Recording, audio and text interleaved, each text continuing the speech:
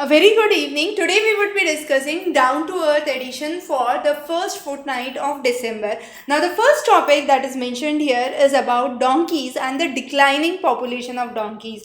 Donkeys, also called as the beast of burden. The idea is there are very many smallholders and rural communities that was dependent on donkeys for a prolonged period of time. For example, dairy suppliers in Gujarat, the people, mainly the potters in Lucknow, and it also worked as drought animal in farms.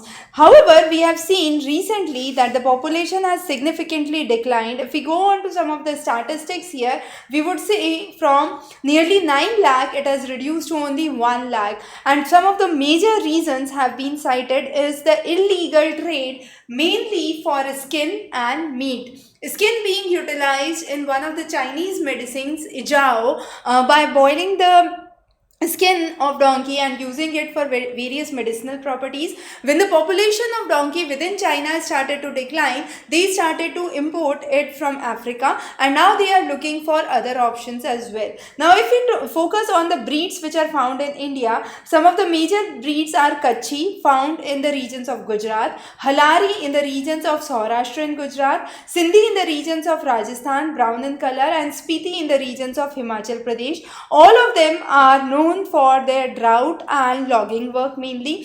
However, we have seen, as mentioned, there has been rapid deterioration and decline in the population. Also, they used to serve as an income generation from the household, but due to mechanization, the usage for donkeys for the traditional works have reduced, and as a result, with the increasing cost and the expense to maintain the animals, the rural communities are now quitting it, mainly because of the lack of support and higher maintenance costs. So as we mentioned, another important thing is the meat which is used for trade. Now meat is consumed in mainly southern states of Andhra Pradesh and Telangana for back pain, asthma, and increasing virility. Ijao, as we already said, is one of the medicines prepared in China, which is used to treat insomnia, dry cough, and poor blood circulation. Now, there are various opportunities to reverse the population of donkeys. For example, the revival has been mulled by the Department of Animal Husbandry and Dairying, Indian Council for Agricultural Research, National Academy of Agricultural Sciences, and other non-governmental organizations. Donkey milk is again considered as nutritious, has relatively less fat. Maldahari community of Gujarat rears Halari donkeys, which are used for milk and treating various health diseases, and the researches for the same have been going on. The next is ethnoveterinary medicines. Now, to curb the use of antibiotics being prevalently used in most of the bovine and drought animals, what is done is to move towards low-cost ethnoveterinary medicines, that is, the real medicines obtained from natural usage. And one of the researchers have found that this would reduce the amount of antibiotic residues even in the milk as well as the residue secreted from these animals. So some of the growing diseases have been mentioned here. For example, mastitis is one of them.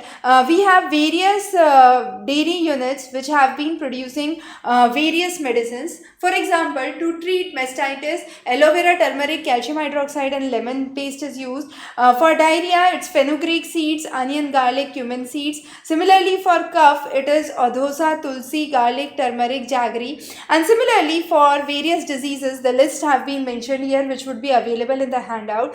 The next is, with the twin benefit of ethnoveterinary medicines have been found by the dairies. So dairies themselves are promoting these products for sale. Sabar Dairy, Amul Dairy are some of those who have worked with the research. For example, Amul Dairy has released Amul Immune, Amul Rumen Pro, which improves digestion, improves immunity. Then we have similarly products from Malabar Milk Union of Kerala, Trito Biotech from Gujarat, Banas Dairy from Gujarat, under various brands, Sabar Dairy and the Ayurved Limited Company from Delhi. So these are some of the companies which are working either in the form of licensed products or as supplemental feed for the animals. The idea is to incentivize the antibiotic free products into the market and make it a major norm. Now post 2020 global diversity framework, mainly biodiversity, has talked about 30 by 30 concept that says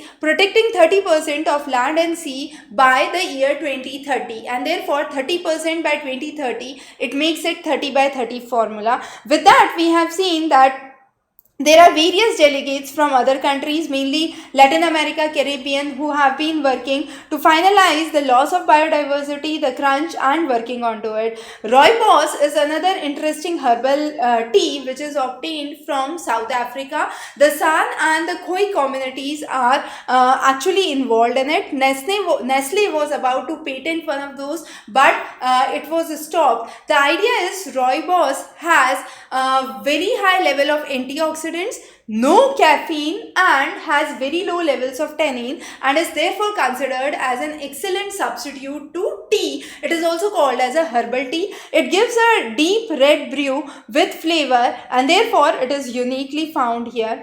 So there have been various biodiversity conventions which have worked. So from 1992, which is the CBD, which opens for signing at the UN conference in Brazil.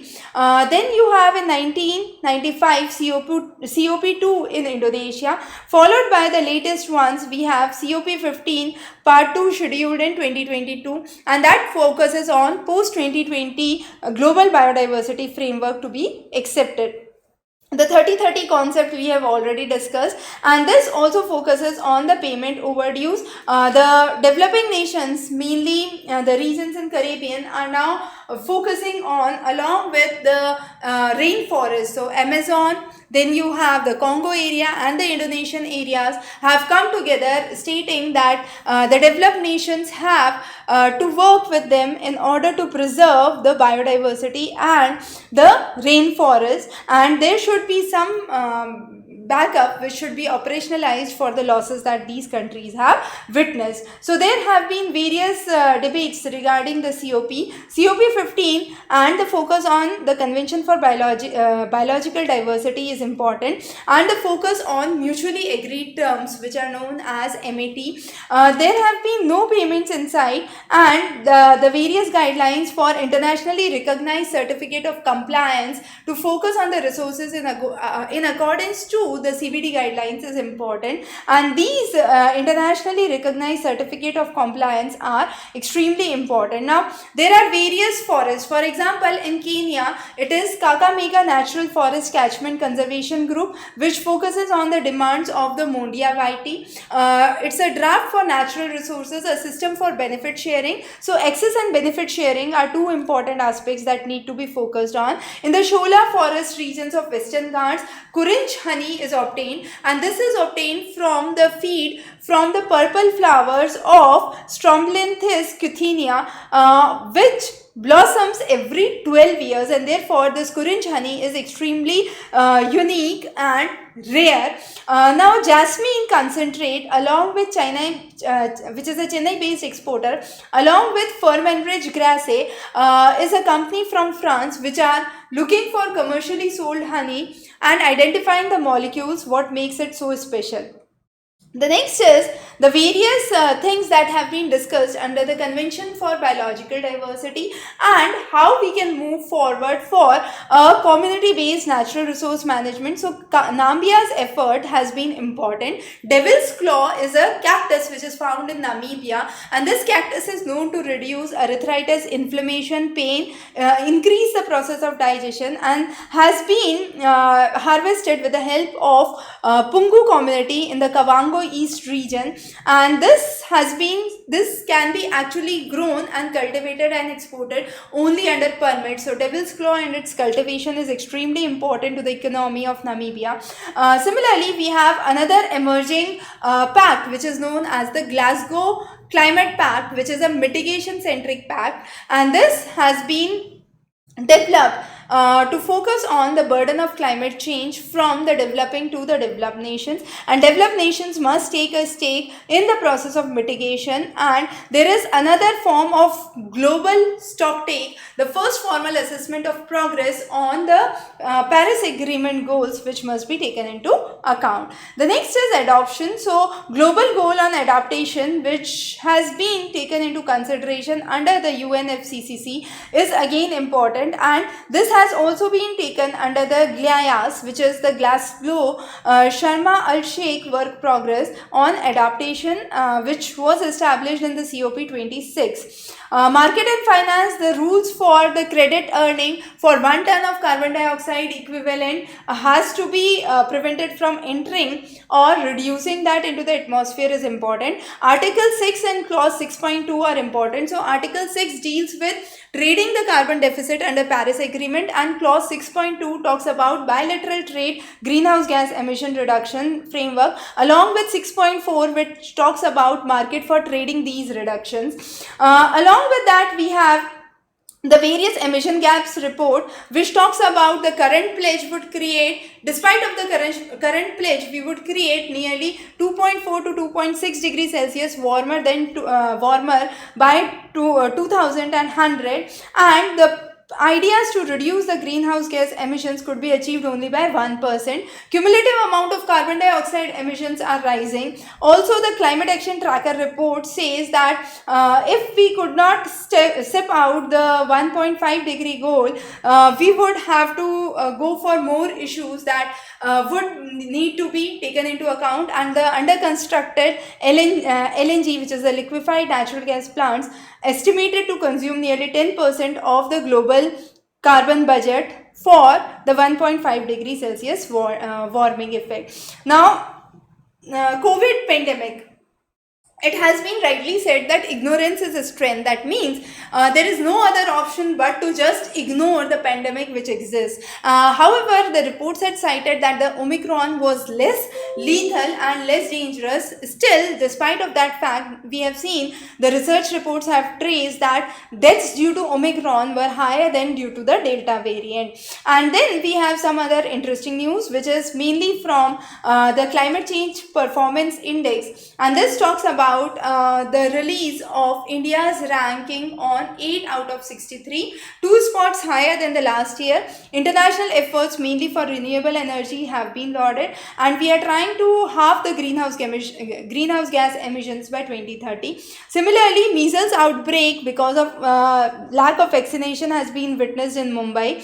One of the tigress was found in the markets of Almora and was killed later. 3 of the nations, as we said, Indonesia, Brazil and Congo, coming together for conservation of the biggest rainforests of the world. Caribbean has experienced cholera outbreak in 8 of its 10 provinces. Similarly, Orion's mission is important. Orion's mission to moon would actually take humans, and there would be also a human crew to space in 2024, which has been made. Limestone mining in the regions of Gujarat, Gir and Somnath have been very high without the environmental clearances being received, and therefore the matter has been going forward to NGT. So those were some of the top things that we have covered in this edition of Down to Earth. Wish you very good luck, and definitely we would cover many such interesting topics in the upcoming sessions. Stay tuned. Have a wonderful day ahead.